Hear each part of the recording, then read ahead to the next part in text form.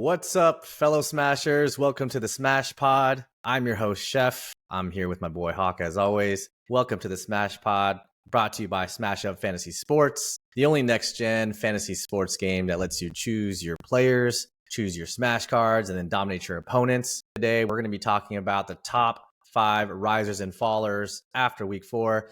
We're here getting ready to watch the 2 Monday Night Football games we got today. But I'm here with my boy Hawk to talk about what happened this past weekend. What's up, Hawk? How's it going? Good. I am just in North Carolina, which is why I've got sort of the weird hotel casting couch background going on here because I'm going to be a star. I'm going to make it in this town. I don't know if the prospects look very good for you, man. Just being honest. The odds are good, but the goods are odd. They are odd, as our friend would say. You know, coming into Monday night, do you have any miracles that you need to happen? Do you got any close matchups that you're sweating out? No, actually, all mostly positively in the bag at this point. I think the only one I'm sweating out is one with you we have in a home league where I think we're projected to basically end on the exact same score. So we'll see how that one goes. I was just saying, we know we have one. You're projected to score a little higher. It looks like you got DK and Laporta going tonight, and then I've got Kenneth Walker. I have a slight edge right now, but with the 2 guys you have going, and they're 2 studs, basically, you're projected to win. So we're going to be sweating that one out. So I'll be texting you some trash talk.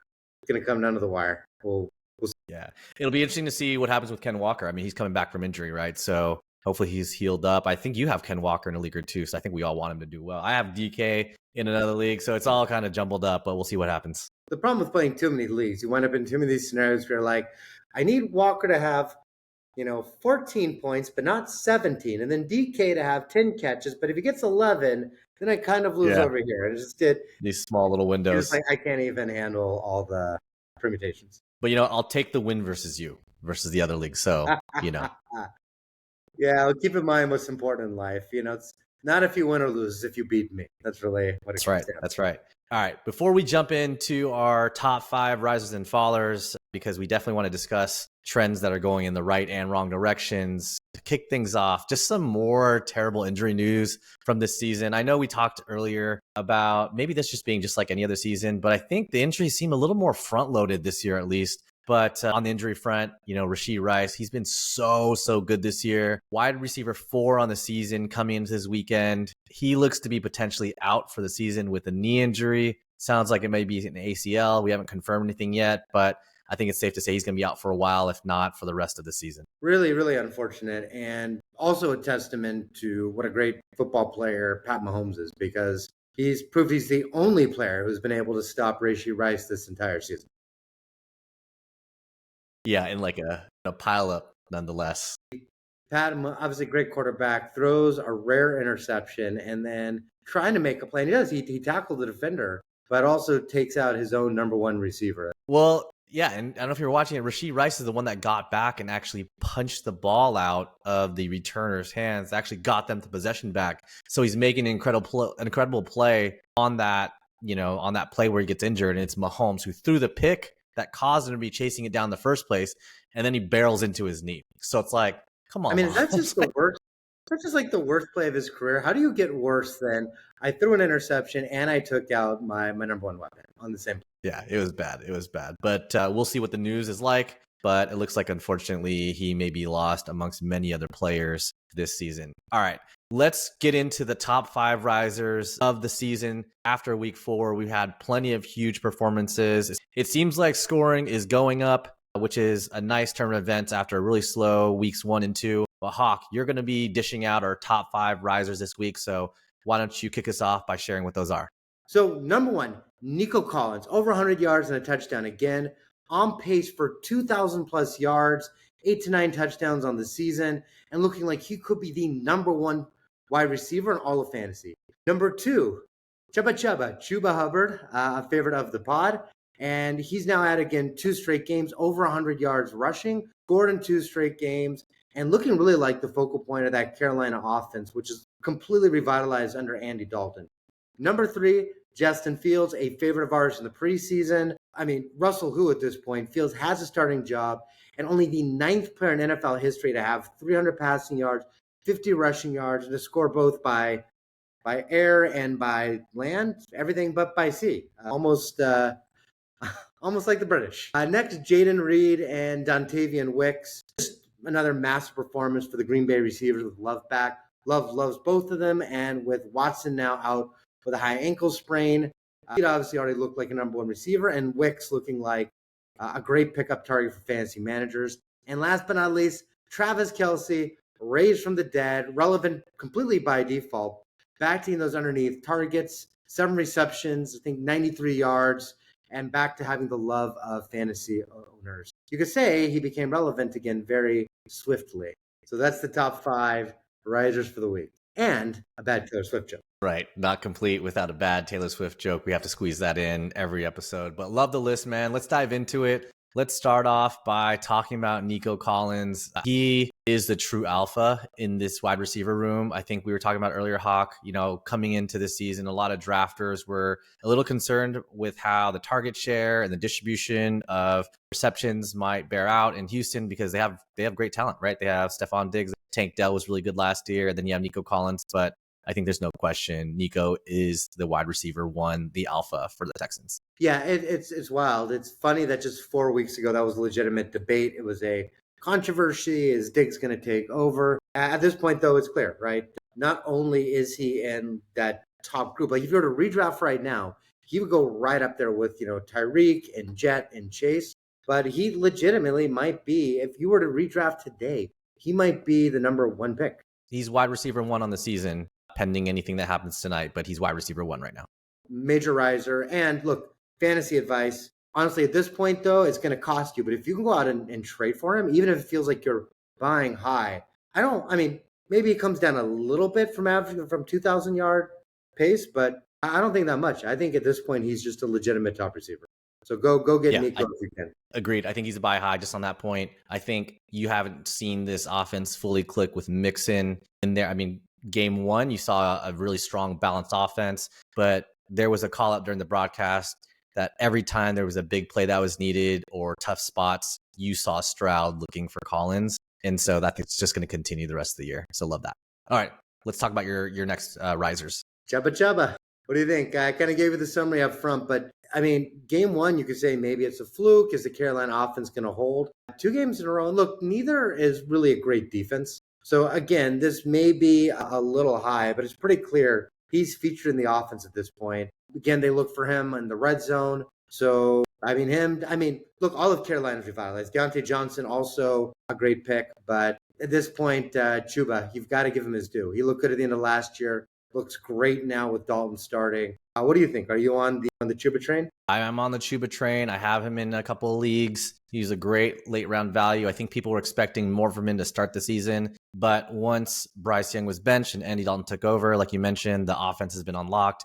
Chuba Hubbard, the running back 2 across the last 2 weeks ever since Dalton's been in the lineup. So Chuba Hubbard's going to keep just chugging along. So let me ask you this. Let's say you're in a league. He's on the waiver wire in your league. Obviously, people have different amounts of fab in leagues, but what percent would you consider bidding on Chuba? Yeah, so the big thing that's looming here is the return and insertion of Jonathan Brooks into the lineup there. I know Brooks is a special talent. People are waiting for him to return. So he could take over that role or at least gain some share of that running back role in Carolina for the rest of the year. But I think you have at least maybe 3 to 4 good weeks out of Chuba. So I'm not breaking open the bank at this point. If he's on waiver wires, please let me play as a part of your league next year. If he's still on the wire, I could see you spending like 25% of your fab so that you could have, again, a running back 2 for the next 3 to 4 weeks. And then who knows, like if something happens with Brooks, if he has a setback, it could be a Jordan Mason situation where Hubbard just plays out the majority of the season as the running back 1. So I would kind of go super high. But again, there's just that looming thing about Jonathan Brooks coming into play. I will say people always kind of get scared of that, but you never know. I mean, if Carolina is winning, they may opt to keep, coaches want to win. If Chuba's playing like this, he may retain the role, particularly if Brooks comes back and is rusty, doesn't fully trust his legs yet. Even if he's healthy, it can take guys a year before they really fully trust their body. So, he could run with the job for the rest of the season. Yeah, no, definitely. I think you're right there. All right, number 3, you had Justin Fields. I know we both love Fields going in. We just didn't know he was going to get a shot early on. The Russell Wilson injury really opened things for him right out of the gate. Then they went 3-0 going into week 4. but he had quite a day. Yeah, I mean, I don't know which idiot predicted Amari Cooper to finish top 12 receiver, but there was a really brilliant guy that predicted Justin Fields to take the job and run with it and potentially be a league winner. And that guy's looking really smart right now. I mean, I gave a little fact to it up front, but they said, well, the ninth player in NFL history to have 300 passing yards, 50 rushing yards, and to score both on the ground and through the air. So, look, I mean, setting aside like weird little factoids like that, there are only so many players in the league who could even do that. And I think that's one of the things that makes Fields special. You have said before on this, pod, I'm talking about Jaden Daniels. If you've got a guy who throws for 150 yards and rushes for, 40, 50 yards, that's the equivalent of having a guy that throws for 350 a game. So obviously, it's great to get a Burrow, to get a Mahomes, to get someone who could give you the 350, but you could have a fairly mediocre quarterback who can run a bit. And Fields is looking like he's going to provide great value again. Yep, love Fields. Hopefully there's no weirdness in Pittsburgh and they swap a healthy Russell Wilson back in. I do think there's two Fields in terms of which one you get from week to week. If they are having to play from behind, you get the crazy Fields game from yesterday, like we saw, which is great for fantasy. If they are leaning on their defense and they're grinding out a victory that's like 15-12 or something like that, you get a little bit of a muted Fields. They definitely like rein him back in. So depending on the matchups, you could see some big Fields plays going forward. Yeah, and he may not be like a quarterback one, but even his more muted weeks, he's still kind of putting up like 14, 15 points. For sure. For a muted week, good, with knowing you've got the upside of like a 31, 32-point week like this last week. Again, this could be a league winner for some people who went heavy on the skill positions early and waited on a quarterback and maybe are looking at, they've got like Aaron Rodgers and Deshaun Watson. They're like, oh, I'm in trouble, but here comes Fields to the rescue. Yep, love that. We want to see more Fields. All right, let's talk about two Packers wide receivers that we really like with the awesome return of Jordan Love. Picked up a lot of points in garbage time, but hey, he looked a lot better towards the end of that game, and he was just rifling those balls all over the place, trying to go toe-to-toe with Sam Darnold and bring the Packers back. Balls all over the place. Are we just back in the casting couch? That's like still planted in your head from earlier? Not my casting couch. Not that I have one, but that's not my... I don't think Maryland would appreciate you having a casting couch. But speaking of casting couches, let's talk about these two Packers. No, listen, they were both phenomenal. And look, there was a bit of game script here, right? I think Love threw the ball 54 times. That is not going to happen every week. We talked about that a little bit with Caleb Williams last week, where it was great that he developed a connection with some receivers, but he was throwing a ton.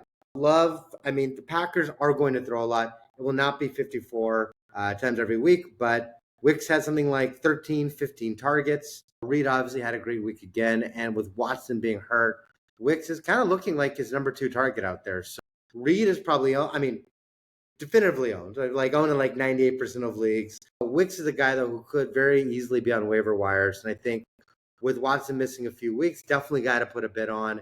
And again, the room was unsettled. So he's a guy who could just run with the job. Yep, exactly. And I think the biggest thing about this weekend was Love coming back, looking a little rusty early on, but totally unlocks that passing game. And you saw all of the wide receivers really eating. Again, they were in comeback mode, some garbage time play, but that's what you were not getting with Malik Willis. And then now you have Jordan Love. So really excited about that passing game going forward.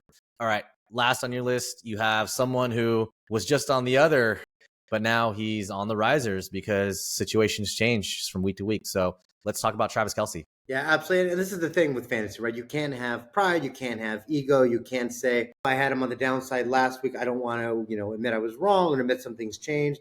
You've got to be open-minded. You've got to be able to pivot. Obviously, last week, Rice was getting all the underneath plays. It really looked like Kelce was not in the same position. Last few weeks, Brown's out for the season. Rice likely out for the season. Pacheco out for at least another 6 weeks. So Kelce's just going to be the offense. He's going to get a ton of targets, got 9 last game, far more than the previous week, 7 catches, 89 yards. Things change. And I think at this point, probably not going to be on your waiver wire. Maybe you can try to make an offer for him, but I would just say from a fantasy perspective, if you are a Kelce owner, he may not be the Kelce of 2 years ago, but you might be getting the Kelce from end of last season, which you're more than happy with. I think this, as a result of just too many injuries and no weapons in KC, Kelce goes from someone who is maybe like a tight end 10 or 12 on the year to arguably maybe now a top 3 tight end option going forward. So big win for Kelce owners going forward.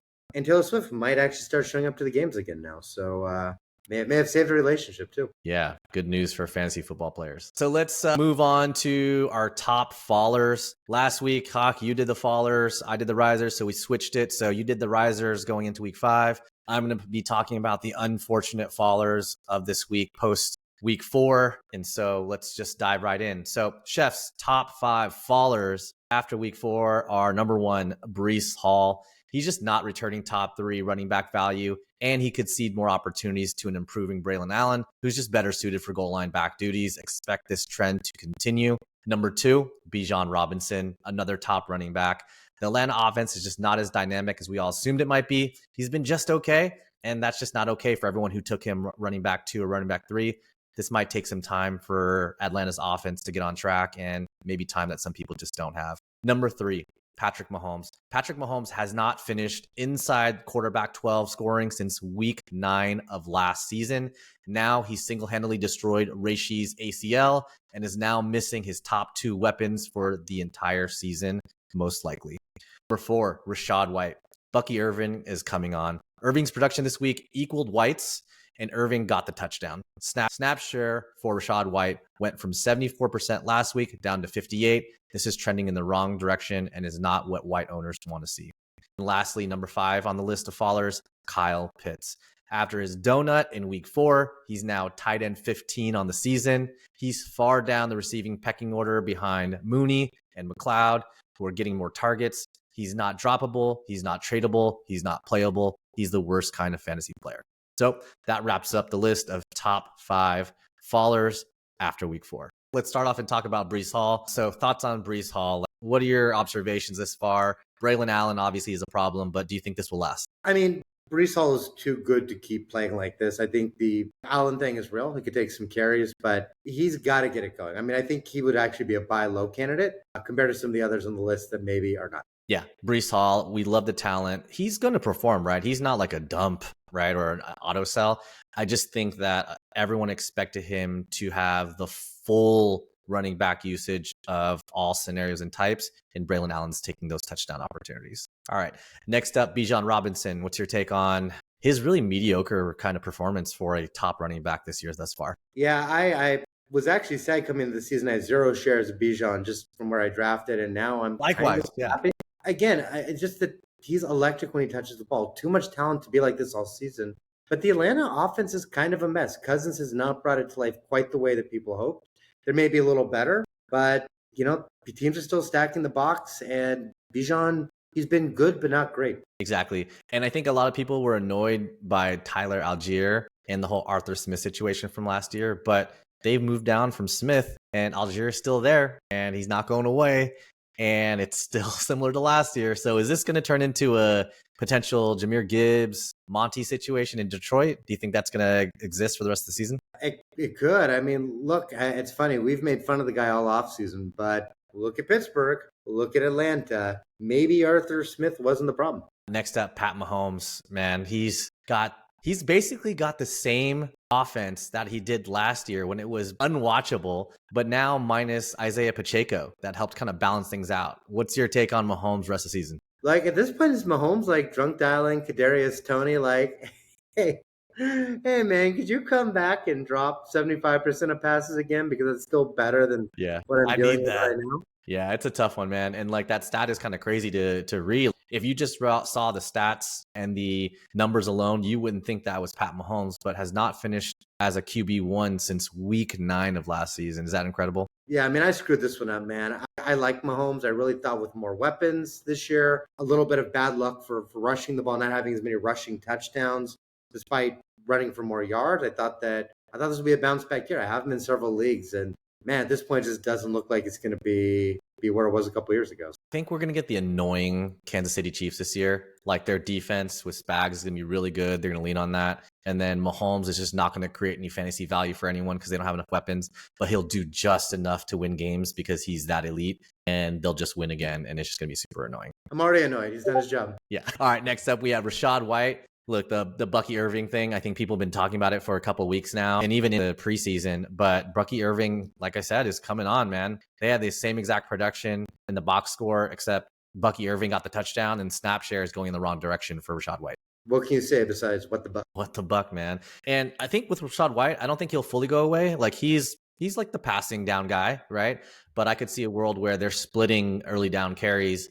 Bucky Irving's been more efficient, and then White's the guy, and down in distance and scenarios where they're coming from behind, or 2-minute drills and things like that. I mean, I don't know about Atlanta, but this one actually has the possibility of being more like the Montgomery Gibbs. This could be a really annoying situation where there's some value, but neither back maximizes value, because it could be like a poor man's version of Detroit in some ways. Yeah, exactly. Bucky Irving has outscored Rachaad White in fantasy points each of the last 2 games. Their snap percentage is going in the wrong direction for White. I would rather own Bucky Irving going forward.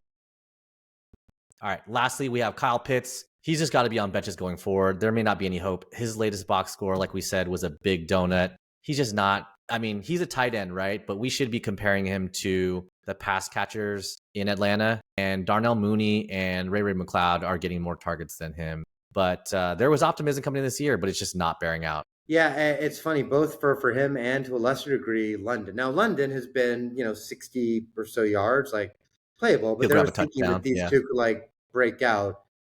And again, maybe this is more on Terry Fortnott, the GM, because right now it does not seem like, I mean, we all said it was Ritter, we said it was Arthur Smith, we made all the excuses in the world for this offense, and still not working. So at what point do you turn attention to the GM instead? Yeah, I mean, I don't know. At this point, Kyle Pitts is just not being utilized. He's not being looked for, and it'll be interesting to see his value going forward. I know you laughed at the comment I made about him not being droppable, not tradable, not playable, but is there a worse type of fantasy player? Like, you can't get any value from him anywhere, right? No, it's legitimately true. Like, the only thing at this point that would make him worse for your fantasy team is if you, let's say, also had Bijan Robinson and he dove into his knee after an interception. That's about the last thing he could do to screw you over. Yeah. Just Kyle Pitts, I feel bad for his owners because good luck. He's just a sunk cost at this point. All right, that wraps up Chef's top 5 fallers going into week 5. We have 2 more matchups coming in tonight, so Monday Night Football is going to be great to watch. Also, I'd say let's pay attention to the week 4 Fantasy Frenzy weekly tournament, the public tournament. Things will be wrapping up. I'm sure there's going to be some last-minute miracles. Right now, it looks like iDiggs Cash has got a very, very fine lead over Palmy. iDiggs Cash has 216 total points, followed by Palmy with 215.9. So they are literally neck and neck. So we'll see where things end up. Totally free to play, no entry fee, no pay to win or anything. And these guys are on the cusp of winning $1,000. That's not bad for just setting a lineup and watching some football games. Yeah, it'll be exciting to see how things play out. All right. That wraps up our episode for top 5 risers and fallers for the week. Join us for next episode. Hawk and I are going to actually build out a lineup and see how that competes through the next weekend in week 5 of play. But Hawk, why don't you let the listeners and watchers know what to do going forward? Yeah, so whatever software you're on to listen to this podcast, make sure you subscribe. Then go to SmashPod's.com. And if you're not already, register to play.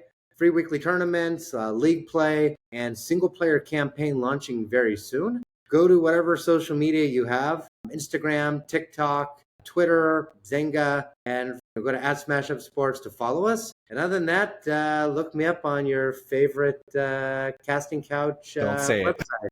Whatever site, make me famous. I wanna be. On that note, we are out. Thanks for listening, everyone. Please continue to listen, even though the Hawk is saying ridiculous things. All right. Thanks, everyone. We'll catch you later.